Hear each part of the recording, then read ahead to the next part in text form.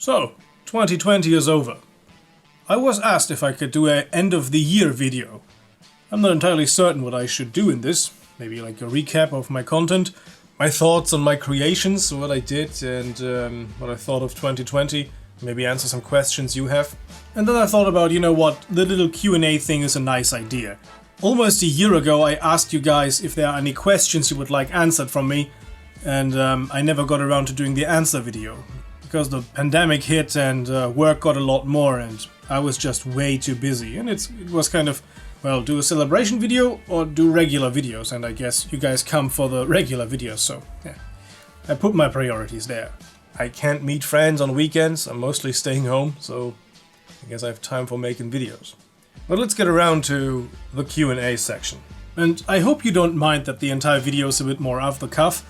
This was a spontaneous thing and I'm just doing it on the fly, alright? Good. Also, this video is just a bit of a talking video, so I guess do something else in the background. I'm just gonna put this picture up and maybe some random gameplay. Alright, let's start off with an easy one. What's your opinion on Gearbox's version of Condition Zero? Seriously? You're wondering what my opinion is on that? I find it incredibly interesting. It's probably not the best version of Counter-Strike to play competitively, but from what I have seen it looks incredibly fun and I would just love to play it one day. So, if for some reason any old Gearbox employees or old journalists are watching, who still have a version laying around, I would love to play that. Do you like Counter-Strike Condition Zero deleted scenes? Yes I do. It's objectively not a good game, but in a weird kind of way I do enjoy playing it. Have you ever faced a almost death incident in life? Yeah, I have. Several actually. I guess the most recent one is years ago. I was hit by a car. I came from school with my bike, was going over to a friend's house, actually picking up some Warhammer figurines he ordered for us, and yeah, I wanted to pick up mine. So I came down the street and I was at T-junction and a car came from the right and I didn't see it and he also didn't see me. Of course, I had to stop because he was coming from the right, but I was already halfway down the junction when he just plowed into me from the side. Yeah, that was crazy. I landed on the hood of his car. Luckily nothing happened to me, but my bike was pretty broken. How do you manage to get information about cut content in games and what are the future plans for this channel? Well, that's a big question, I guess. How do I manage to get information? There are several ways. I talk a lot to people and they know something and they've seen a concept and they tell me about it and I investigate. And sometimes I just browse through the game's inventory, like check the files and I see something that is interesting and that I haven't seen in the game. I'll often also just look at concept arts and pre-release screenshots. Regarding the future of this channel, you might have seen a few changes already. I would like to do more of long-form content, if I have the time, like a few longer video reviews.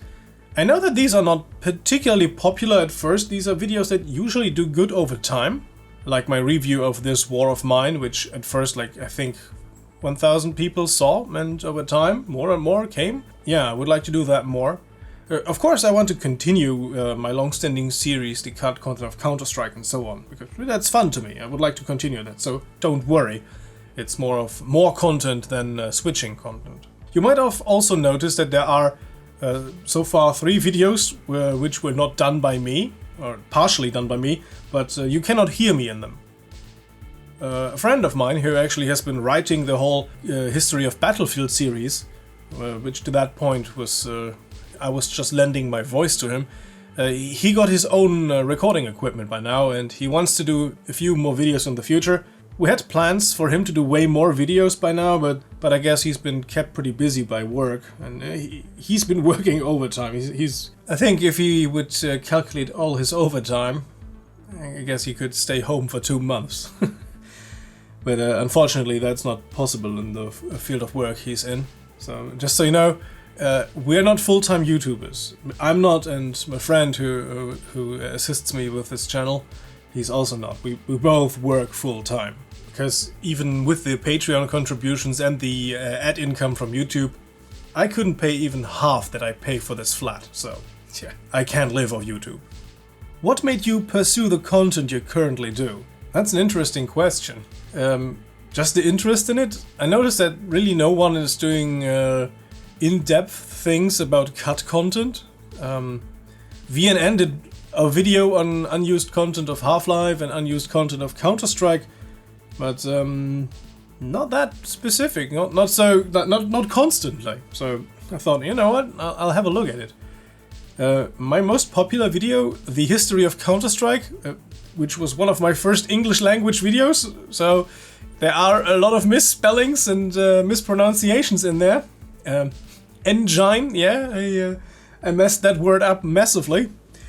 I guess my English has gotten better over the years. Yeah, that video was the first ESCalation video I did here, and I did that because there was really no video about the history of Counter-Strike. There were just a few videos just without commentary, just like a compilation of gameplay, and I didn't think that was good enough. Nowadays, I also think that video needs to be redone, because there's so much more I need to add about Counter-Strike and so much more that I've learned and found out over the years.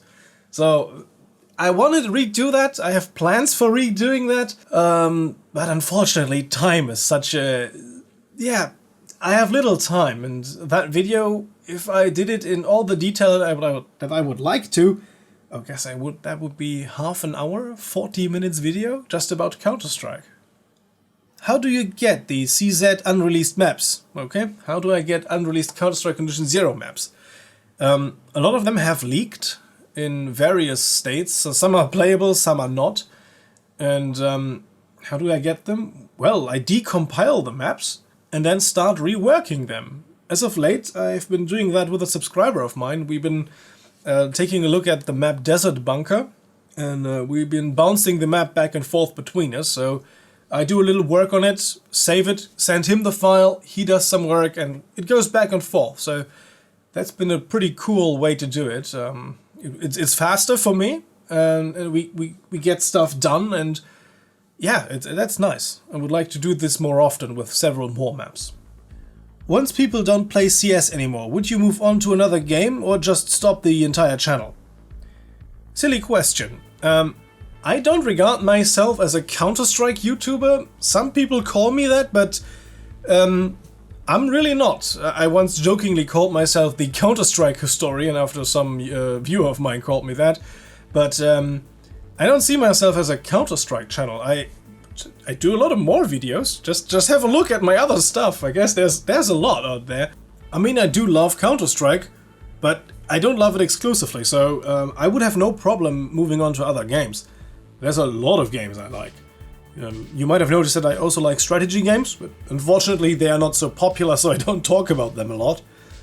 But yeah, there's a lot of stuff I would like to cover. And I've been starting to cover more diverse things now. So I'm not married to Counter-Strike, but I do enjoy the game and I will cover it in the future. What is your opinion on VR? Well, it's interesting, but so far I think it's too expensive for my taste, so I do not own a VR headset, and unfortunately I so far have not played Half-Life Alyx. Like, not in VR. I've taken a look at it with different means, but unfortunately I could not play it in VR yet. But my overall opinion on VR, I don't think it's the total future of gaming, but it's certainly something that will have a place in the future, and I am interested in the concept. Unfortunately, that new VR Medal of Honor game has been lackluster, and that was interesting to me. How did you come up with your name? Good question, and the story might surprise you. I used to have a keyboard where the escape key is missing. It was a super old, and you know what, I still have that keyboard in the basement as one of my backups. I used to have it on my desk where I used to paint with an airbrush, so that keyboard is super messy, and the escape button's been missing for years now. I was still living with my dad, and it's so old, and the escape key is actually a Lego brick. And a friend of mine knew that, and he's always been making fun of that key. well, that keyboard worked, so why throw it out? So yeah, and I've been painting on the desk anyway, so any new keyboard that I would get would be just, well, covered in paint and grease, and I was painting a lot of models, so yeah, it was prone to get dirty. Anyways, a friend of mine, he knew that, and he came up with it. I don't know how exactly he came up with it, but we were joking about the keyboard, and he just suggested ESCalation. So yeah, that's how ESCalation came to be. What's your favorite video that you've made? I like that development history of Team Fortress 2 video. There are things that I would improve about it nowadays, but I still like that video. I like my review of this war of mine, I'm proud of that. And I particularly like my Gunman Chronicles review. That's also a recent one that I really like. So I can't really say I have a favorite video, but I have videos that I like more and some less. There are some older videos that I think they could have gotten a bit more love and a bit more care. Where did your fascination of guns start? I always found guns to be interesting. Generally, I'm a fan of big machinery, so anything from railway locomotives to tanks is interesting to me, and tanks of course incorporate guns, so things that make boom are kind of cool. It started as a little kid, but I can't pinpoint when that was. Are you looking forward for a Source 2 version of CSGO? And if yes, do you think Valve might add some of the previously cut weapons and/or maps? I'm kind of indifferent to the idea of a Source 2 CSGO. I'm weary of it actually, because there's a reason why it hasn't been done yet. It might come in the future, who knows? As they said, they might just incorporate a few new things into the old engine. But still, there's the possibility that a CSGO Source 2 really will come. I mean, VNN has been talking about it for years now. But maybe they just one day like pull the plug on CSGO and make a completely new Counter-Strike. The issue that I see is a lot of custom content will be problematic to port to Source 2. Unless they have an awesome tool to just do that, I think we will see a lot of content lost. And as a mapper myself, I'm not so keen on losing all the progress that was made. But other than that, Source 2 is a big step forward from Source 1. It's gigantic, so I'm also hopeful for the future. And adding back weapons and cut maps, I really don't think so. Valve has been getting careful with adding new weapons, because it's always a delicate balance. In the early days of Counter-Strike, when first of all the community wasn't that big and people were more open to experimenting, that was easier. But when the game is so big and especially so competitive, adding more stuff is always tricky. As for maps, I don't think they are going to get back to the old Condition Zero maps, no. Are you a furry? That was asked a lot. I don't know. I should shave, so yeah. Currently I am. I've been asked if the fox is my fursona. I know it isn't. It's a representation of this channel. That actually started with the first Counter-Strike Online 2 video. I asked a friend of mine who's been drawing to make a generic furry, and the generic furry is a fox. So I was doing the furry strike joke, because in Counter-Strike Online 2 you could buy a fox tail and fox ears to put on your counter-terrorist or terrorist. That's where it came from, and it kind of stuck. And I do like the idea of a mascot, but you know, what exactly is a fursona? It's a persona and furry mixed, so in some way I guess the fox, as it's a representation of me or this channel, yeah, I guess in some way it's a fursona, but I always imagined like a fursona being more of a personal thing. This was the product of a joke, so I mean, I like foxes and I like my mascot or fursona for the channel, but it's not, like quotation marks, my fursona. And if I had such a personal persona, it wouldn't be a fox, more of a fantasy creature. And now the big search begins. What is ESCalation's true persona? So yeah, Zool, don't throw hand grenades at me. Do you, have you, or are you interested in working in the game industry? I wouldn't refuse a job if I was offered one at a nice company, but it's a maybe. I'm not entirely certain what I should do there. I do critique video games and talk about the development history, and I build the occasional Counter-Strike map. I'm not certain if I would be an asset to a game company. Did you ever think that your channel was going to be as successful as today, with many of your videos having more than 100,000 views? No. When I started this, no, absolutely not. And I did have a channel before this. I guess I don't talk about that often. And that one never took off. It was also very niche content, more of tutorials, but that never took off. And when this channel got its first 10,000 views, I was baffled. And so yeah, I'm still surprised that so many people like to watch it. Have you guys played CSGO? No, I have not. I think I haven't even heard of it. Are you fond of old school games, consoles, PCs, etc.? E.g. Doom? Yes and no. I'm not a big collector of old school games and I don't play them often, but I do have a fondness for a lot of old games. Does the PlayStation 2 count as an old console? I guess meanwhile it does. Because I do have a PS2 and I do play it regularly. I do enjoy a lot of the old games there. In addition to that, I am planning on building an old school rig because there are several older PC games that just don't run properly on modern hardware. So in a way, I am fond of the old school stuff, but I'm not a hardcore collector or anything. What do you think about a separate weapon arsenal balanced around the hostage mode? That's an interesting idea. I don't have an opinion on it, I never thought about that, but interesting idea.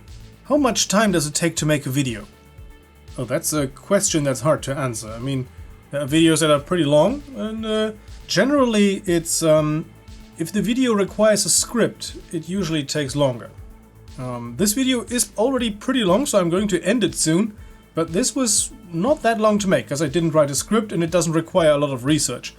Videos that do require research and maybe an animation or something, yeah, they sometimes take a week to make, because I can't work the whole day on it. I do work all day and come home, and then I do 1 or 2 hours of video work, and maybe some more hours on the weekend. So you can imagine how long it takes. And I think that's a good question to end it on, because this video has been taking a while now. There were many questions asked. A lot of them kind of repeated and were answered here. But if you have questions that were not answered, I do have a Discord server, and it does have a section called Ask Esk. So you can just go and ask me there. A few people have already done it over the past few months, and I'm not always replying instantly, but I do reply. It might take me a day or two. So if you do have a question to ask, you are of course welcome on my Discord server, which is in the video description down below. And as I usually do in the end of the video, I do thank the supporters on Patreon, who of course got to see this video first. The way I see Patreon, to me it's more of a tip jar. Unfortunately, I just don't have the time to produce exclusive Patreon content. So the only thing I can give you is the videos first. And I am tremendously thankful for the support I got there. In 2020 there was a lot of fluctuation. People came and left, and long-time supporters left. The year has been hard on a lot of us, so I don't have a grievance, because I was asked if I'm mad that people leave. Absolutely not. Even if you just contribute for 1 month with $1, the lowest amount possible, I'm already tremendously thankful. A $1 contribution is already more than any ad revenue that I get on YouTube. I mean, accumulated it's more, but a single person giving $1? That's a lot. If every one of the regular viewers would be a Patreon supporter, oh, I would quit my job instantly and just put out video after video.